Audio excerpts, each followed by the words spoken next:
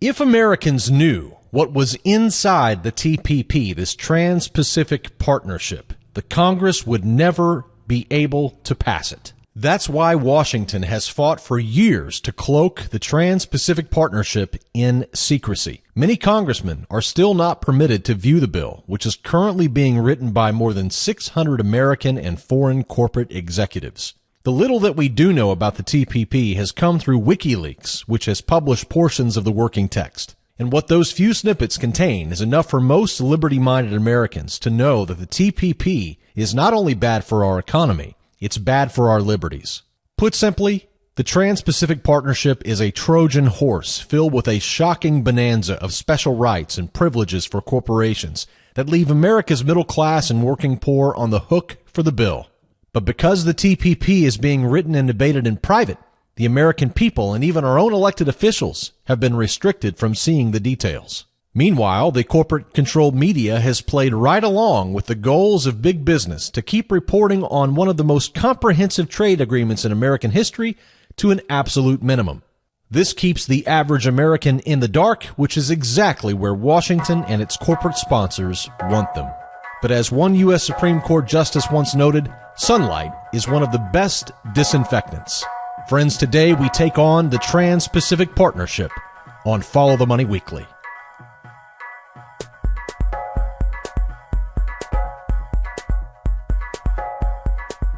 With respect to trade, we reviewed the progress our teams have made towards the Trans-Pacific Partnership. I know that the politics around trade can be hard in both our countries, but I know that Prime Minister Abe, like me, is deeply committed to getting this done, and I'm confident we will. I often point out, for example, there are many Japanese cars in America. I want to see more American cars in Japan as well. TPP will help level the playing field. It will be good for the workers of both our countries. And moreover, TPP will have strong protections for workers in the environment and help us set high standards for trade in the 21st century. Based on the progress we've made, Prime Minister Abe and I discussed how the United States and Japan, as the two largest economies in the TPP negotiations, will now work together to lead our TPP partners to swift and successful conclusions of the broader negotiations. That, of course, the voice of President Barack Obama speaking near the White House with Prime Minister of Japan Shinzo Abe as they discussed trade and new defense deals between the United States and Japan. Now, the topic of the TPP is what we're going to be focusing on today. And the very first question I think that many people have when we talk about things of this nature, which have been so submerged and so hidden, is what is it? What is the Trans-Pacific Partnership, also known as simply the acronym TPP? Well, quite frankly, it is a secret trade deal between the United States and 11 other countries. Now, those countries include Australia, Brunei, Canada, Chile, Japan, Malaysia, Mexico, New Zealand, Peru, Singapore, and Vietnam. Now, this is a so-called free trade deal between these 12 countries, and its scope is quite breathtaking. In fact, these 12 countries compose about 40% of global GDP, and they make up about one-third of total world trade. And this is just the beginning. In fact, Washington has already hinted at the fact that they are looking to add the Philippines, Thailand, and Colombia, perhaps later, to this free trade deal known as the TPP. Now, what's very interesting to me about this, first of all, is the fact that Brunei is one of the countries that the United States is bringing into this Trans-Pacific Partnership. Brunei, of course, is a nation, a sovereign nation, within Southeast Asia, but many people don't know that Brunei actually is ruled by Sharia law, which is a kind of a side point here. But the fact that the United States is, at war with what they would consider Islamic radicals, and Sharia law in many ways embodies and emboldens much of the Islamic radicalism. The fact that the United States is now entering a free trade deal with Brunei, which is ruled by Sharia law, is a bit hypocritical, really, just being quite frank. Now, Wikileaks recently leaked portions of the proposed TPP text through its website to the public, and what it revealed was shocking. In fact, what it showed was that this deal is not so much of a trade deal as it is a corporate power grab. The text is filled with a bonanza of special rights and privileges for corporations that leave America's middle class and working poor on the hook for the bill. And you know, Wikileaks really has served a wonderful purpose here. This is the ultimate purpose of whistleblowing websites like Wikileaks. For those who say that we don't need them, realize what I just said to you. The American people didn't request this trade deal. I don't think the American people actually went to Washington, knocked on the door and said, hey, would you please pass a free trade deal with all of these foreign nations? That's not something that the American people requested. Instead, multinational corporations did, who are also the top political contributors today.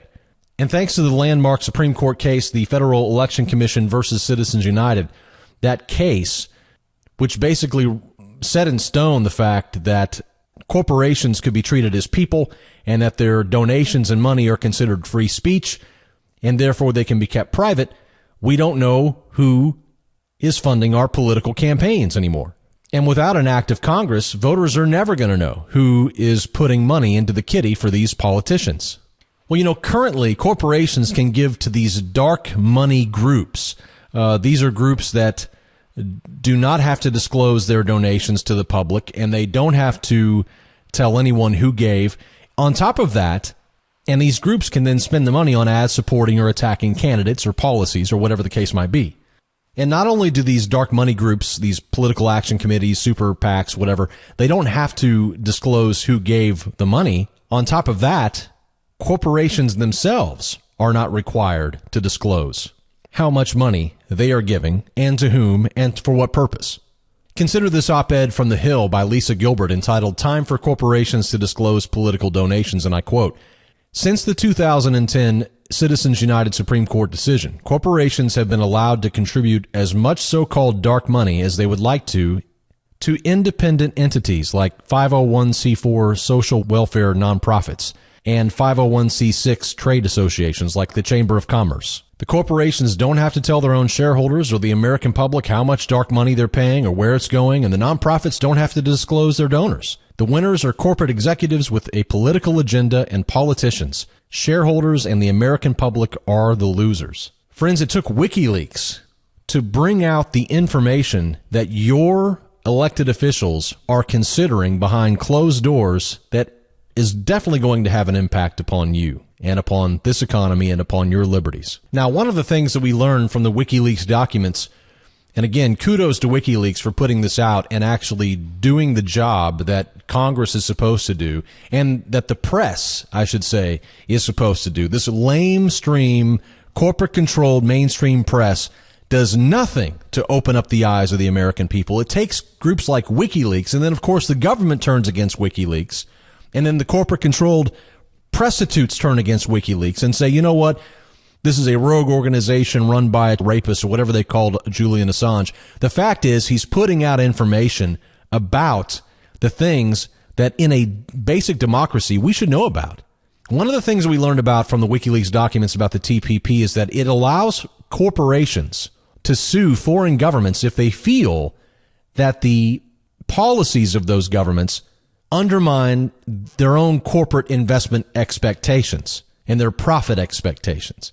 So in essence, foreign corporations will be able to sue America's federal, state, and local governments if they feel that somehow America's laws, whether they're state, whether they're local laws, whether they're federal laws, impede that corporation's ability to maximize its profits. And furthermore, these proceedings, if they do sue a government, and by the way, it's vice versa. I mean, any corporation can sue any of these governments within this TPP. Now, these proceedings will be ruled not by a regular court of law, but instead by an independent tribunal at the World Bank or at the United Nations. Now, this, my friends, is getting out of hand. So you have to ask yourself the question. It's understandable why President Barack Obama would be pushing this. What is very bizarre, I think, is why the GOP and Republicans are salivating at the prospects of this quote-unquote free trade deal. After all, aren't they for smaller governments, quote-unquote?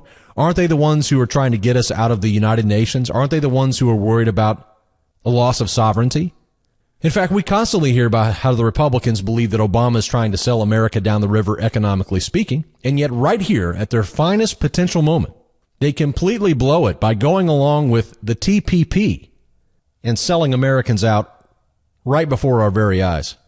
We have a clip of Congressman Alan Grayson who really hits the nail on the head here as to two things. Number one, why this is so insidious about these foreign corporations being able to sue, which, by the way, already exists. I mean, NAFTA, you already have similar type of setups. Other countries have similar setups in their trade agreements. But this really goes a step further. And, to be honest with you, we don't know the full ramifications because no one's been able to see the law. No one's been able to see it because it's being written in secret. In fact, those few congressmen who have actually seen the documents are not allowed to take notes out of the room after they view the documents. And they call this a democracy.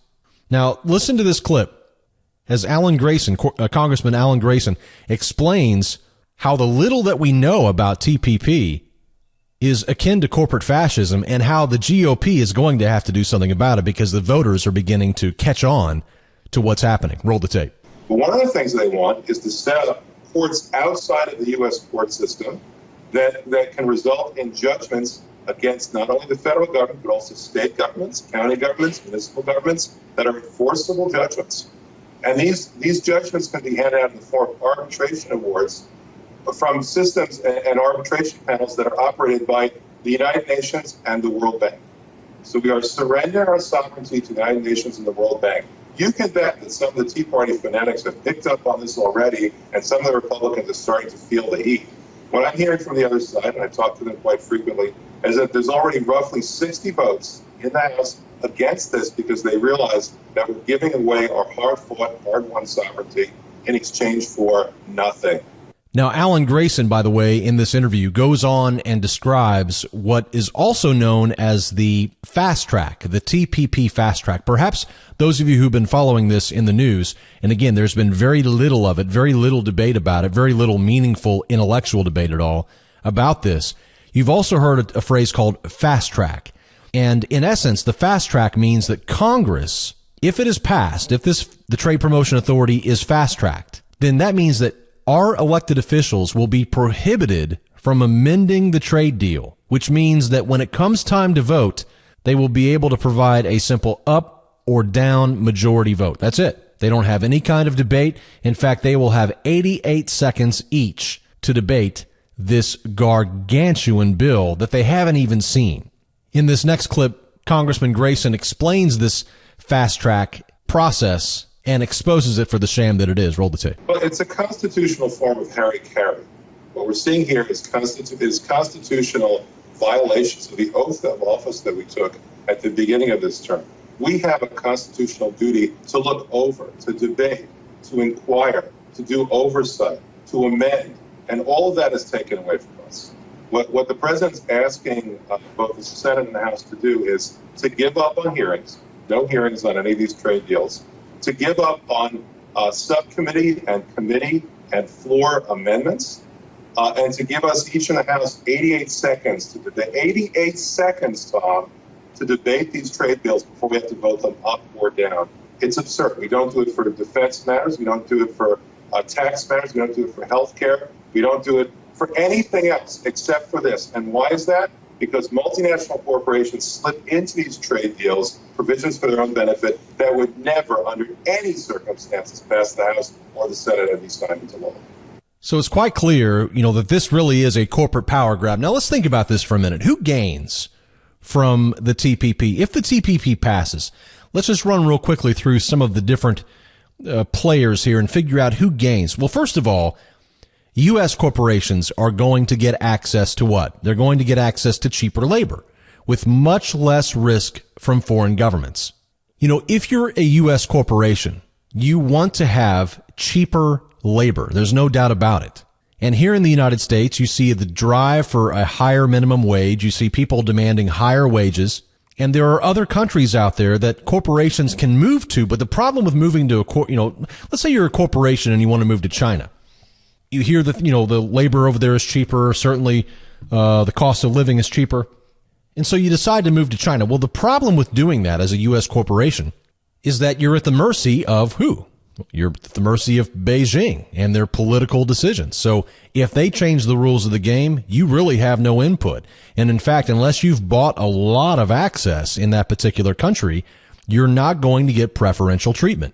Who's going to get preferential treatment in China? Chinese state organizations, Chinese state corporations. I mean, that makes a lot of sense. So U.S. corporations want access to cheaper labor, but they need some sort of guarantee that they can go out of the country and get that. That's what they got with NAFTA. We'll talk about NAFTA in just a moment. That was a big deal. I mean, that was a terrible deal in the long run because many different corporations ended up moving down to where? To Mexico after the NAFTA was passed. And this is like NAFTA on steroids, the TPP. And by the way, those who suggest that the TPP is designed to lower trade restrictions are ignoring the available data, which shows that trade barriers right now are less of a concern than they have ever been in recent memory. If the TPP really is about trade, then out of the 29 chapters of the official TPP agreement, why are only 5 of them specifically devoted to that topic of trade? Friends, this is not a trade deal. This is an outsourcing deal. Part of what keeps every major American corporation from outsourcing even more of their labor to lower wage countries is what I've already mentioned, the uncertainty that comes with operating in an uncontrollable regulatory and legislative environment. However, with the TPP, U.S. corporations can offshore their operations with much more confidence. Certainty is being built into the TPP, and with this certainty comes an exodus of U.S. businesses seeking to exploit cheap foreign labor while maintaining unparalleled access to the world's greatest consumer market, the United States. Again, if you're a United States corporation, wouldn't you love to be able to take your company over to Vietnam, for example, where the minimum wage is 52 cents an hour, and produce all of your goods there, not have to pay any kind of retirement benefits to those people, not have to provide them with any kind of health care, and then turn around and then have unparalleled, unprecedented access to your own home market, the United States. I mean, that's the ultimate dream, right?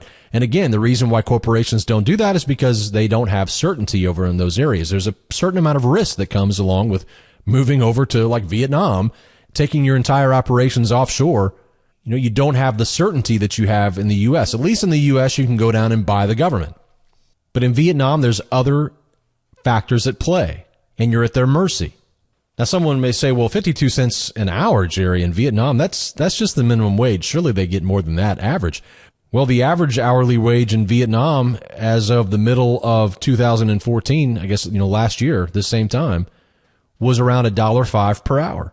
Where do you think U.S. corporations are going to go as soon as the TPP is introduced? It's like NAFTA on steroids. NAFTA has been a disaster for the working class in America. Since the implementation of NAFTA, more than 1 million jobs have been lost in the United States, and that is a very low estimate, by the way.